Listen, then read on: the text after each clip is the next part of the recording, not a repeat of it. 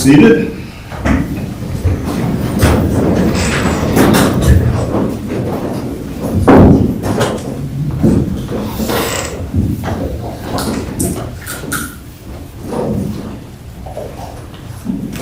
All right, we've got our third case, Brent Huber versus Allstate and McDonald, case number 242589. Counsel for appellant. And it's 5 minutes rebuttal, court. Yes, Your Honor. Okay. You may proceed. Good morning. May it please the court. Stephanie Marchman with the law firm Gray Robinson on behalf of the plaintiff appellant Brent M. Huber, Inc. I also have with me my colleague Julie Zulte and client representative Linda Huber. Your Honors, this litigation has been pending over 5 years, with the complaint being amended multiple times during the course of the litigation to address the misconduct of the defendants that occurred after the initial complaint was filed in March of 2020.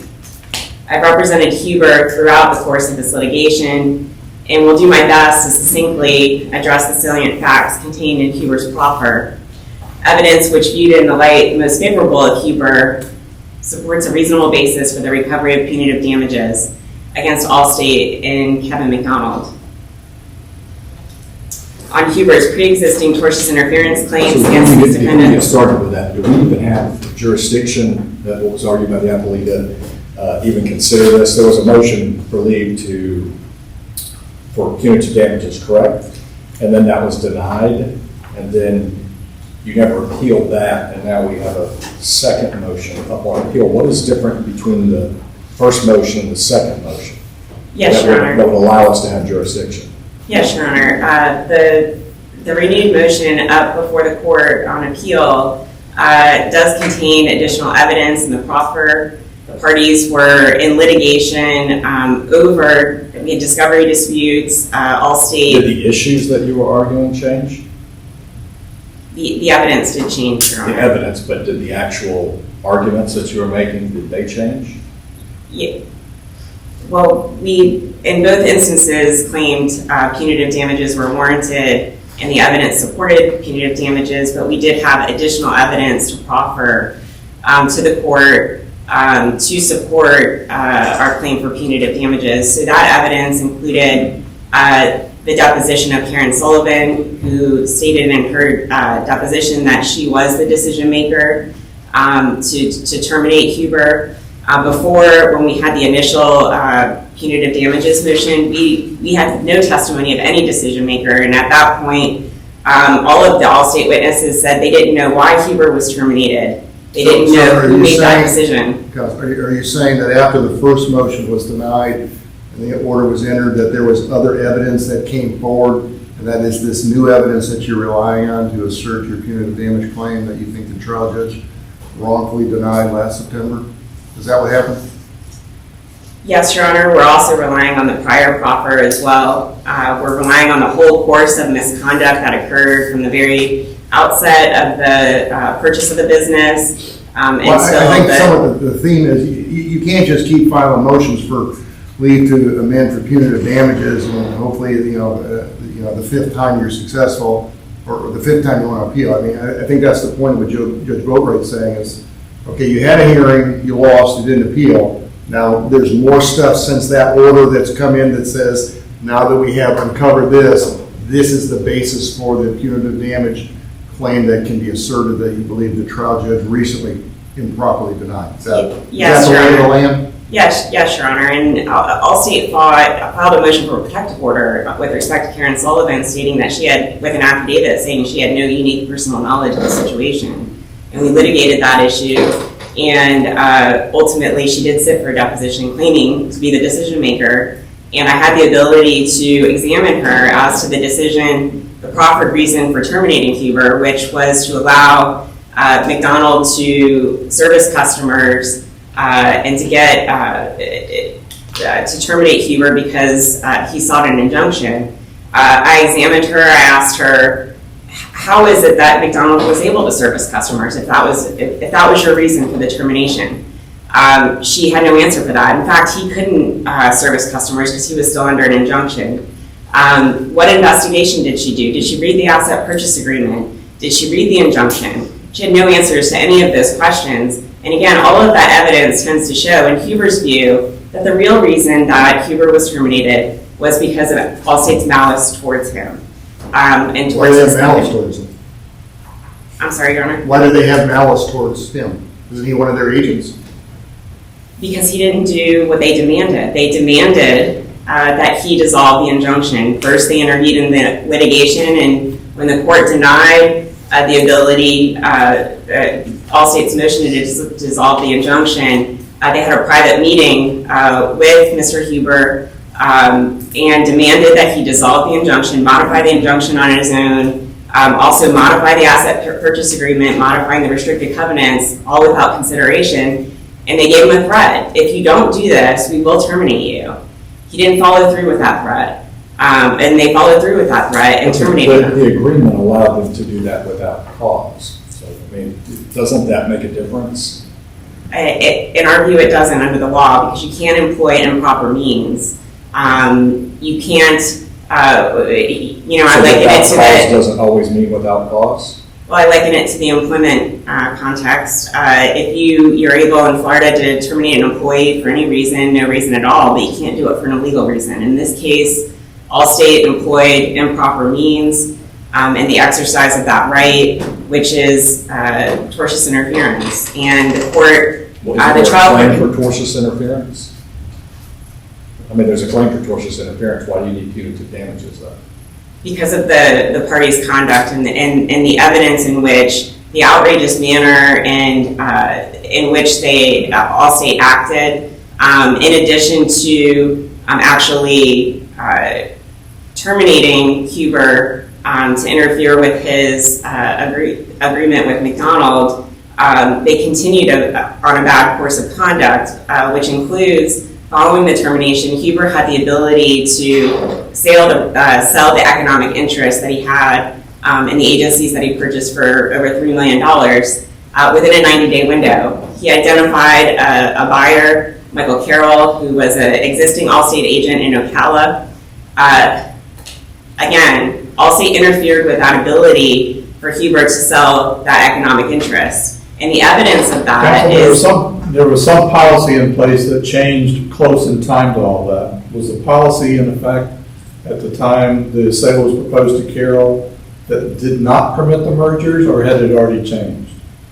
The policy was in effect, the policy that we got actually 1 month before we filed the renewed motion. And Allstate's position is the policy does not allow mergers.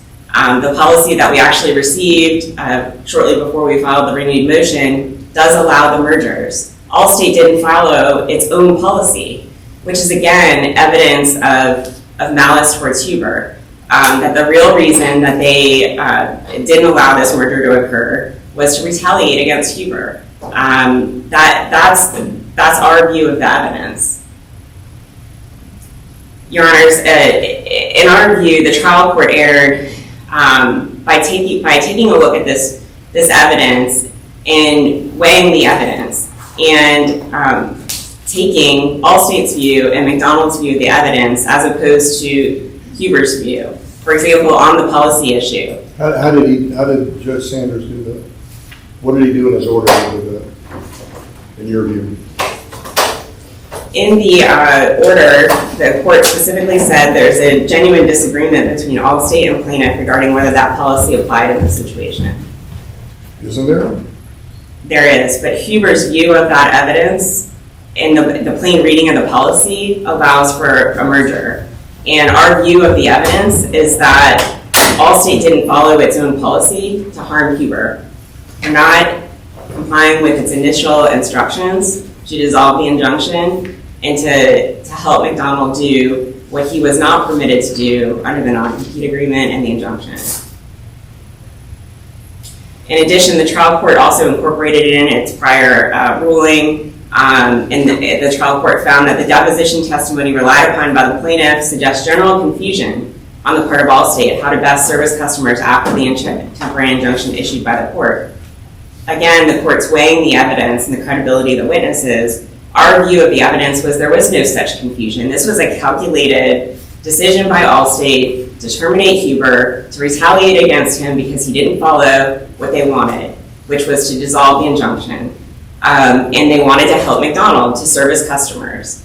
But again, at the end of the day, the decision harmed customers. The testimony from Allstate's own witnesses was that the decision that they made created a problem for the customers. The customers that Huber had no PAL of were left with no local agent. They referred the customers out to agents in Bella, Florida, Gainesville, Florida, outside the local area.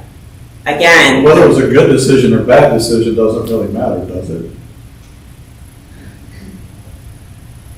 what it shows is that the company, that Allstate didn't follow its own policies and made a decision based on its malice towards Huber, as opposed to why else would it make such a decision? That's up for the jury to determine whether those decisions that didn't add up, didn't make any business sense, didn't follow their own policies, was really a calculated decision to retaliate and harm Huber. And that's up to the fact finder at this point, the jury. And that's all we're asking. We're asking for the opportunity to present this evidence to a jury and allow that jury to make that decision.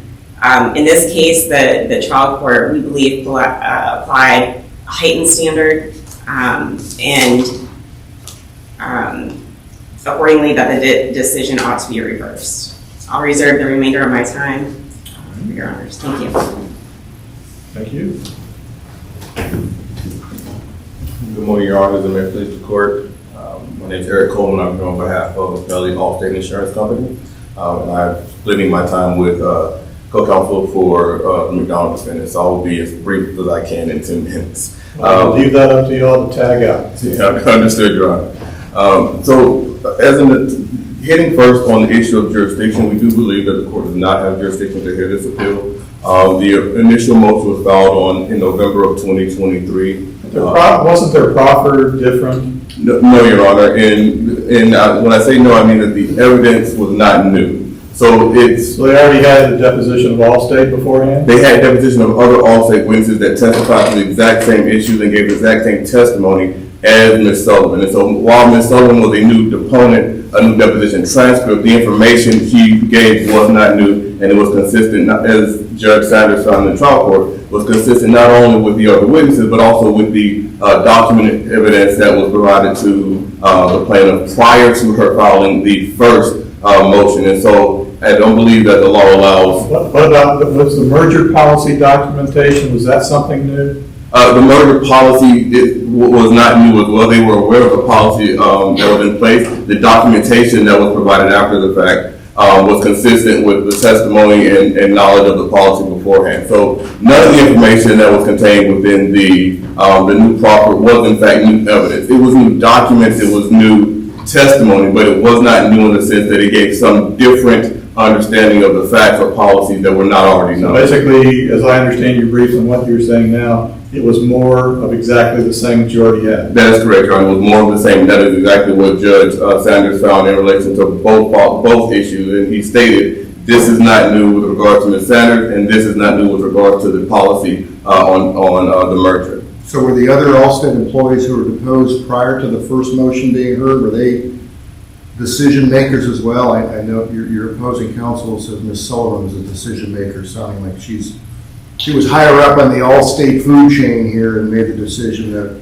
they think had balance. She was higher up on the food chain, but she relied on the people that did the underlying work. And what happens is that there's a termination request form that goes through HR. That termination request form lays out all of the information regarding the decision. And in this case, there were these ongoing issues. Ultimately, Allstate terminated without cause instead of with cause, but it's still the termination request form still laid out everything that was ongoing. And so what the plaintiff was aware of was all of the issues and reasoning going into the decision to terminate Mr. Huber.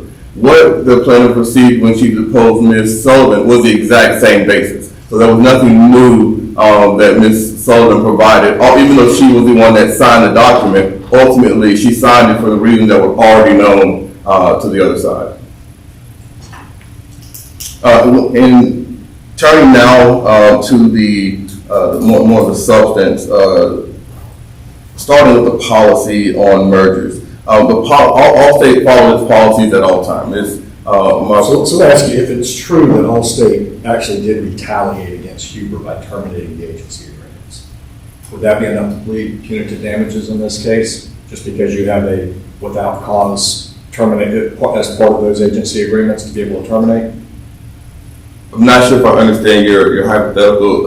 Are you asking whether or not terminating? Allstate actually retaliated. Their decision was they were upset at Huber for not terminating or not modifying this injunction. Is that enough to plead punitive damages in relation to the fact that you have this, that you can terminate these agency agreements without cause? I would say, Your Honor, that it is not enough to plead punitive damages because under the law, if you have an agreement that allows you to terminate without cause, your motive is irrelevant. The law on tortious interference is improper means, not improper motive, and there is a difference there. Improper means just means you have to use a justified method in terminating. Here, we have a contract that says we can terminate. So that act of enforcing our contractual rights is not an improper means in regards to interfering with the contract. Of malice or outrageous conduct doesn't matter. It does not matter when it comes to terminating under the contract where there is a outright right to terminate without cause. So they could say, we don't like this fellow anymore. He's been a thorn in our side. We're just gonna, we don't have to have a reason. We're just gonna say, hey, Yes. all done with you, Mr. Huber, for, thank you for your service, but all done. Have a nice day. And we're doing it because we don't like you anymore. Yes, Your Honor. And that would not elevate it to punitive damage if there was. Under my understanding of Florida law, including the 5th DCA's case, the Essex case, I can pull the citation, the motive is irrelevant when it comes to terminating where you have an absolute right under contract to do so without cause.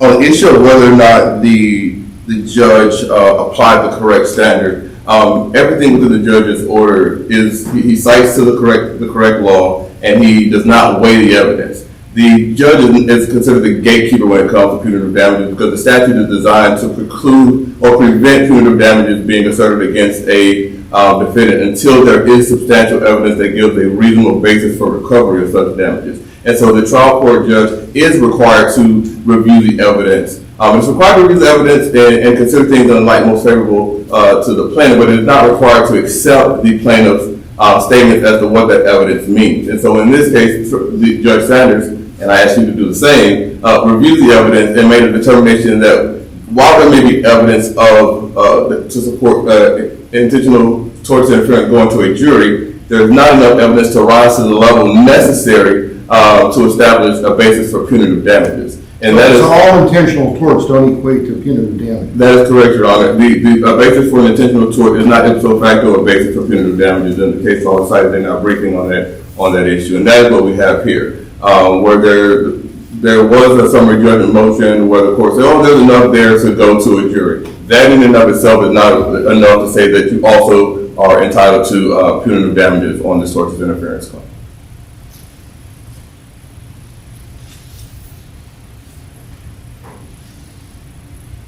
Lastly, I'll just touch on the other issues that were raised in that brief. We also believe that at this point in the case, the plaintiff has abused the privilege of amending. This is the sixth attempt to amend these pleadings. And at this point, we do believe we are below that. The court should just deny on that basis alone. And so that's another basis separate and apart from the merits of whether or not punitive damages should be allowed. There was one prior request to amend for punitive damages, right? Yes, there was one of the prior requests. I understand what Judge Sanders wrote in his order, but I mean, if egregious facts came out between round one and round two, I mean, the fact that it's number 5 or 6 pleading, it's only the second one directed at punitive. That wouldn't seem to be an abuse of discretion. Understood, Your Honor. And so our argument is that there were no egregious facts that came out. Well, yeah, that's apparently, I think, what Judge Sanders kind of thought, is saying you're just rerunning the same thing before, and there's no new evidence here. The same theme, it's just a different witness, I guess, different decision maker he was referring to in his order, I guess. That is correct, Your Honor. It's just a different decision maker, yes. And if there are no further questions, I will cede my time over to co-counsel. Thank you. It's gonna be three in here or no? Just me. Good morning, may it please the court. My name is Robert Bassel with the law firm of Gooding and Bassel, PLLC in Ocala. I represent the appellee, Kevin McDonald, along with my co-counsel, Mr. Gordon Glover of Ocala. I want to start by I won't try to distill 5 years of litigation into 7.5 minutes, but I want to take off on the first question asked by Judge Boatwright, and that is the new evidence against Kevin McDonald. He is the principal of McDonald and Company, which is also a defendant. And I want to read to you, now, please understand, Mr. McDonald was not the subject of the first motion to amend to plead punitive damages. That was between the plaintiff, Huber, and Allstate Insurance Company. Of course, Mr. McDonald, an agent at Ocala. I'm going to read to you just briefly a blurb from the hearing on the second motion to amend, which did include Mr. McDonald. In August of this is Ms. Marchman. In August of 2023, the McDonald agency, at the direction of Mr. McDonald, improperly accelerated the note and brought claims against plaintiff and Mr. Huber individually for immediate payment of the balance, the note. Notably, Mr. Huber died a few days later after he received the demand. The court. So is the only new evidence you're offering as to McDonald the acceleration of the note? Ms. Marchman. Yes, Your Honor.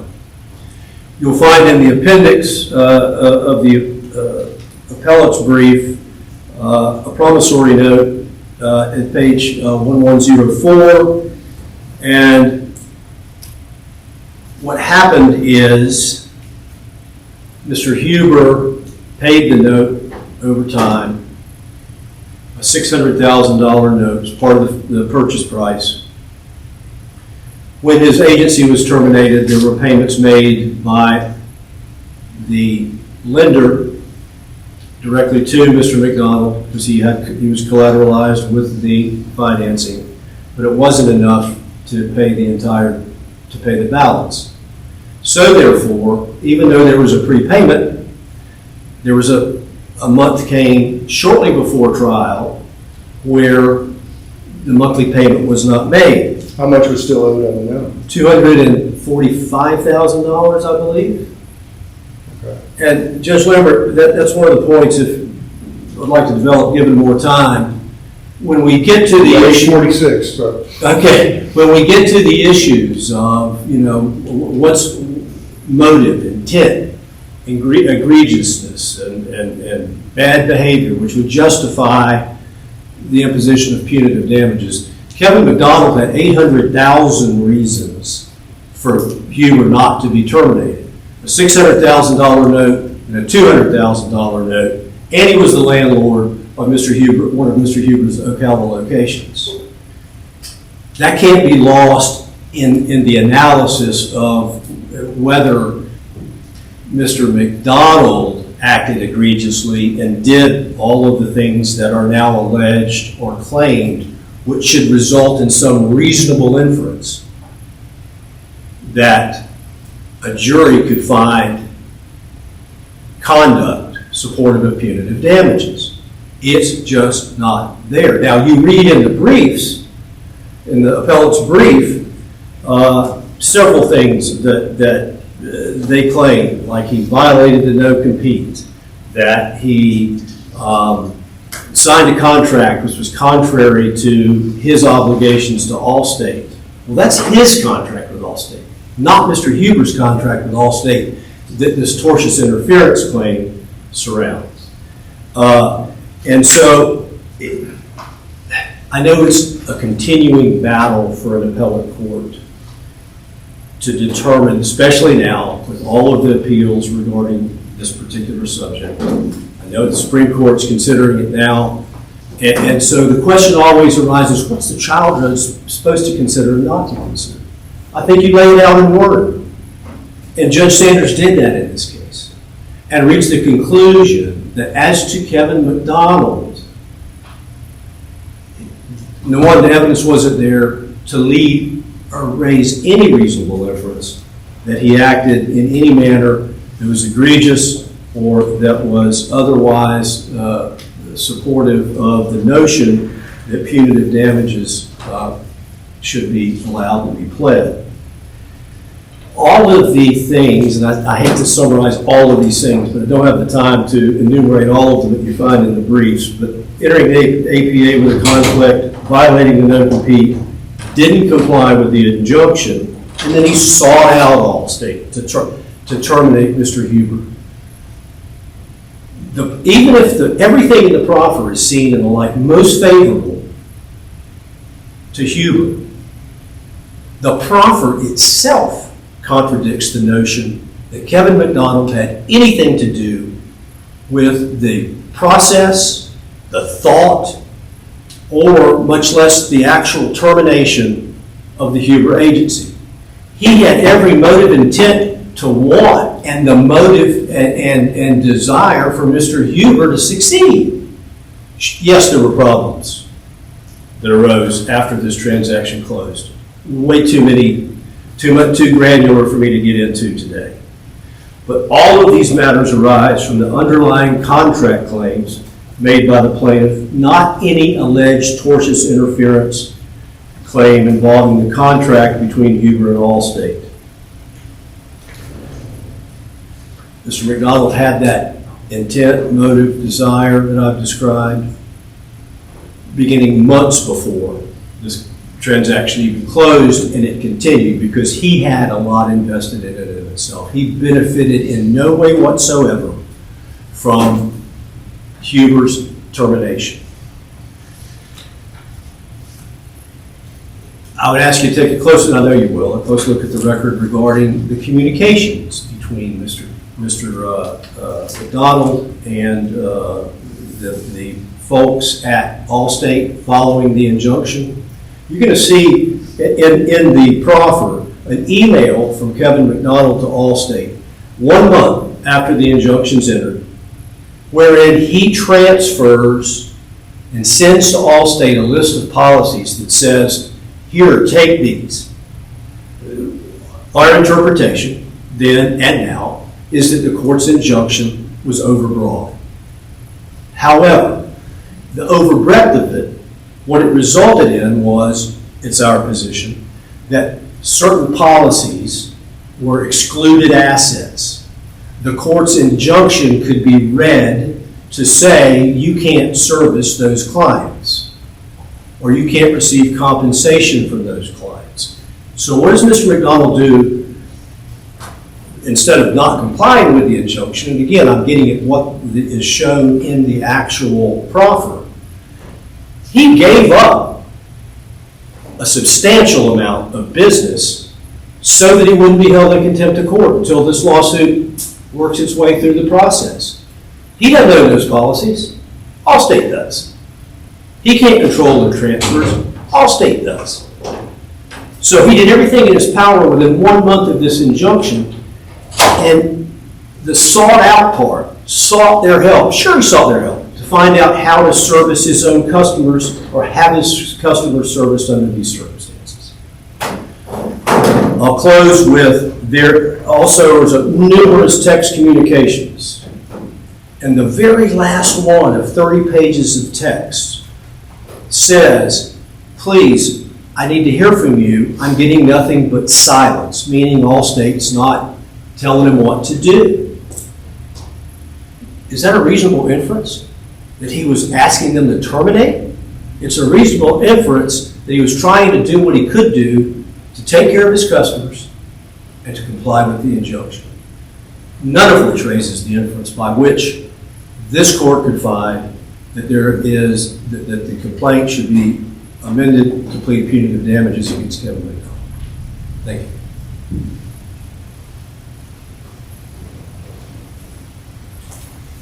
Your Honors, Mr. Batzel makes a compelling argument for Mr. McDonald, but again, that's an argument, that's his view of the evidence, and an argument that he should present to the jury.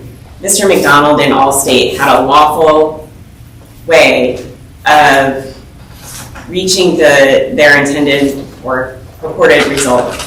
The concern of Allstate, the stated concern of Allstate, was for customers to be serviced. Allstate and Mr. McDonald and Mr. Huber all agreed that those customers that posed a problem for Mr. McDonald in terms of the injunction could have been transferred to Huber for service. Mr. McDonald never transferred those customers. Allstate never transferred those customers.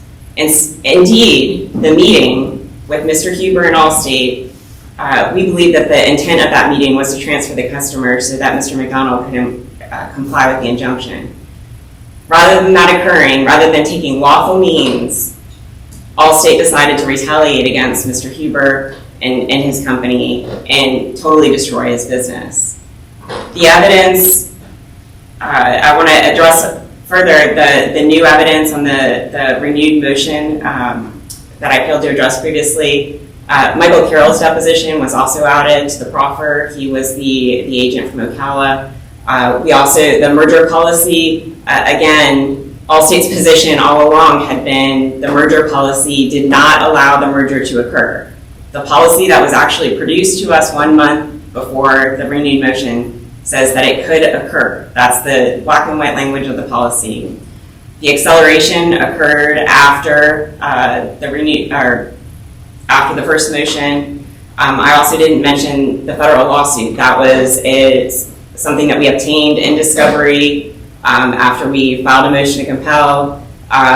It turned out Allstate actually prepared a federal lawsuit at the same time that they decided to terminate the business against Mr. Huber in his individual capacity. And they prepared that lawsuit based on allegations, factual allegations that there's no support for it, either factually or legally. No, Your Honor, they did not file it, but they did prepare the lawsuit. In our view of that evidence is they prepared it because they were going to put whatever pressure they could put on Mr. Huber in order to completely destroy him and his business. With respect to Mr. Pullman's argument that motive doesn't matter, they could make the decision for any reason at all.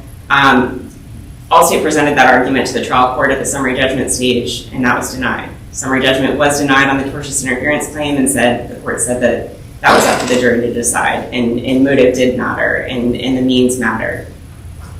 Happy to answer any. About what Mr. Batzel was arguing, subsequent to the denial of the first motion for to sort of punitive damage claim, was what other evidence occurred vis-a-vis Mr. McDonald himself? That Mr. Batzel said he sent a demand letter because your client was allegedly in default on a note.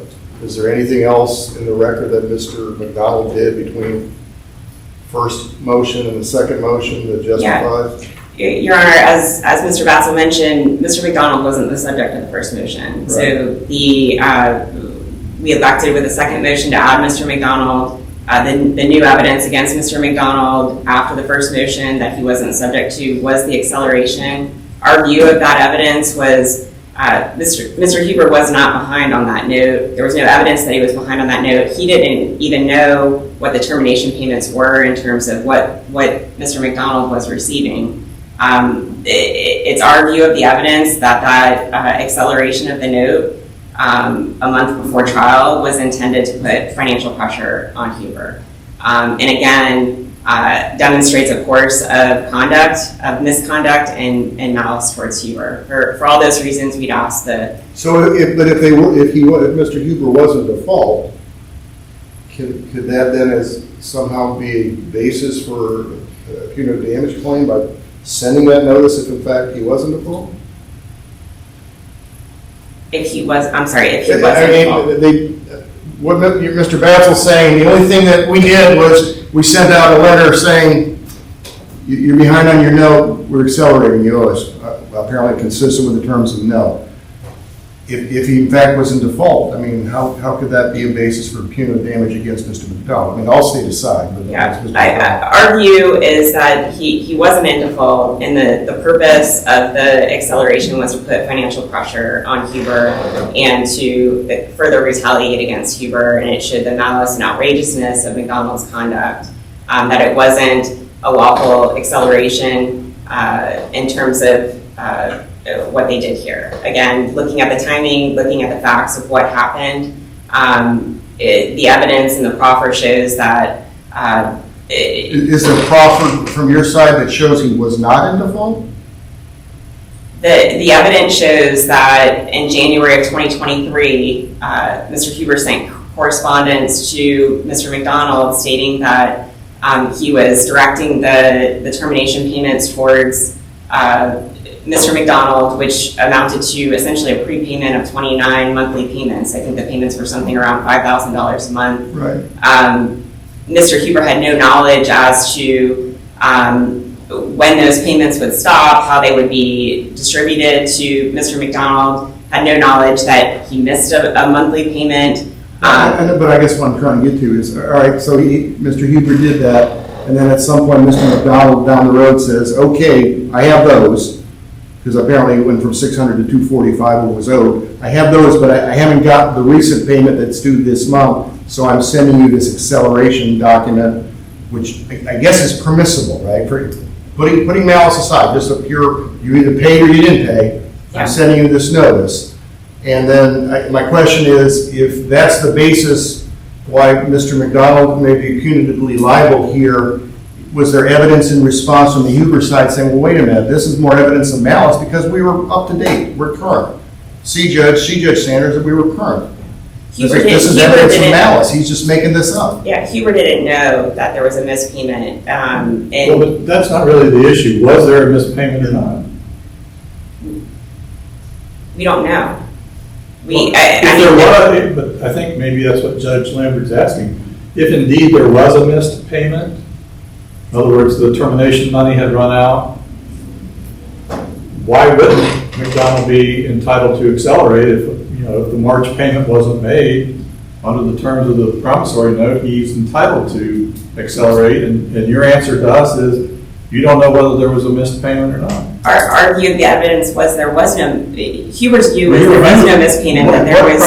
The question we keep asking is, what in the proffer shows he was not behind? You say he didn't know he was behind. Well, That's different than he was not behind, if you understand. the Huber, again, applied the termination payments for 29 monthly payments. That's what he believed McDonald agreed to, based on the letter that he How sent. were we in when the note was accelerated?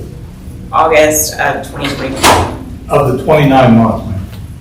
You said there was 20 months, it should have covered 29 months? 8 months. 8 months. Because it started in January of 2023. And I guess then the follow-up, what we're all trying to say is, so when Mr. Huber gets that, saying, hey, wait a minute, we're 8 months into this, you've got 29 months ahead of time, you are not in default. Here's our response to the demand letter, McDonald. We don't know what you're talking about. Show us how this could possibly be there. And I'm gleaning from your discussions with us today that there's no record evidence or proffered evidence from your side in response to the demand letter. Am I accurate with that?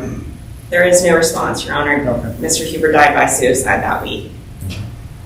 All right. Your Honor, we respectfully ask the court to reverse the trial court's decision and allow Huber to plead punitive damages to present the charge. Thank you very much. We'll be in recess. All right.